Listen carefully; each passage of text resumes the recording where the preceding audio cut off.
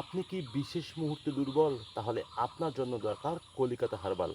গতকালকে সাউথ আফ্রিকার শেষের দিকের প্লেয়ারগুলা বেশ খানিক হারবালের সমস্যা দেখা দিয়েছিল। তা না হলে কেউ ২৬ বলে ২৬ রান করতে পারে না। সেখানে যদি বাংলাদেশ থাকতো কিংবা আনপ্রেডিক্টেবল পাকিস্তান থাকতো, নেপাল থাকতো তাহলে না হয় কথা ছিল। আর তাই তো এর পরের বার থেকে কলিকাতা হারবালের মেইন পোস্টারে দেখা যাবে সাউথ আফ্রিকা টিমের ছবি। এইদিকে বাঙালি যখন ৩০ বলে ৩০ রান লাগে সবাই তখন ফেসবুকে ঈদ মুবারক লিখে ছড়িয়ে দিয়েছে যে চাঁদ উঠে গেছে, ঈদ মুবারক। আমার তো মনে হয় এই বাঙালির কারণেই সাউথ আফ্রিকা আজকে ম্যাচ হেরেছে, কারণ অভাগা যেদিকে যায় সাগর শুকিয়ে যায়, ঠিক তেমনটাই হয়েছে। গতকাল কিন্তু ক্রিকেট প্রেমীরা মোটামুটি সবাই চেয়েছিল যে কাপটা অন্তত এইবারে ২০২৪ টি-20 ওয়ার্ল্ড কাপটা অন্তত সাউথ আফ্রিকা পাক, কারণ সাউথ আফ্রিকা অনেক দিন থেকে ক্রিকেট খেলছে এবং ভালো ক্রিকেট খেলে এবং ডমিনেট করে খেলছে সবার সাথেই। কিন্তু তবুও তারা এই তাদের ক্রিকেট ইতিহাসে কখনোই আসলে ফাইনালে উঠতে পারেনি। গতকালকে ফাইনালে উঠে গিয়েও একেবারে ইজি ম্যাচটা, এই ম্যাচ যে কেউ হারতে পারে এটা আসলে এরা আসলে শেষের দিকে এসে বাংলাদেশের চেয়ে অনেক অনেক খারাপ খেলেছে।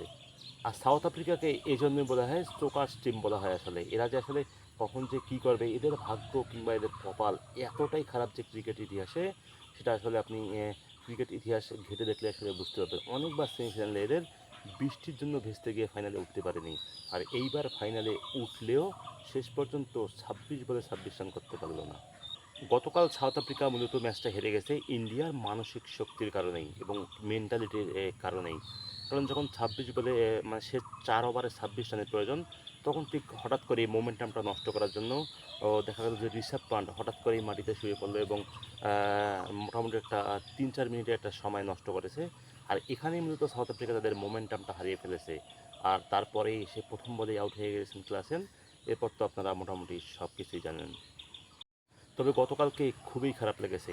বাংলাদেশ হারলে ঠিক যেমনটা খারাপ লাগে, ভিন দেশের সাউথ আফ্রিকা হারার পরেও ঠিক একই একটা ফিল পেয়েছি। রাতে মোটামুটি ঘুমটাও ভালো হয়নি। আপনাদের কেমন লেগেছে অবশ্যই কমেন্ট করে জানাবেন। আর যারা ফেসবুকে দেখছেন তারা ভিডিওটা শেয়ার দিয়ে অবশ্যই পেজটি ফলো দিবেন। আর যারা ইউটিউবে দেখছেন তারা চ্যানেলটি অবশ্যই সাবস্ক্রাইব করে দিবেন। সবাই ভালো থাকবেন। অসংখ্য ধন্যবাদ। আসসালামু আলাইকুম।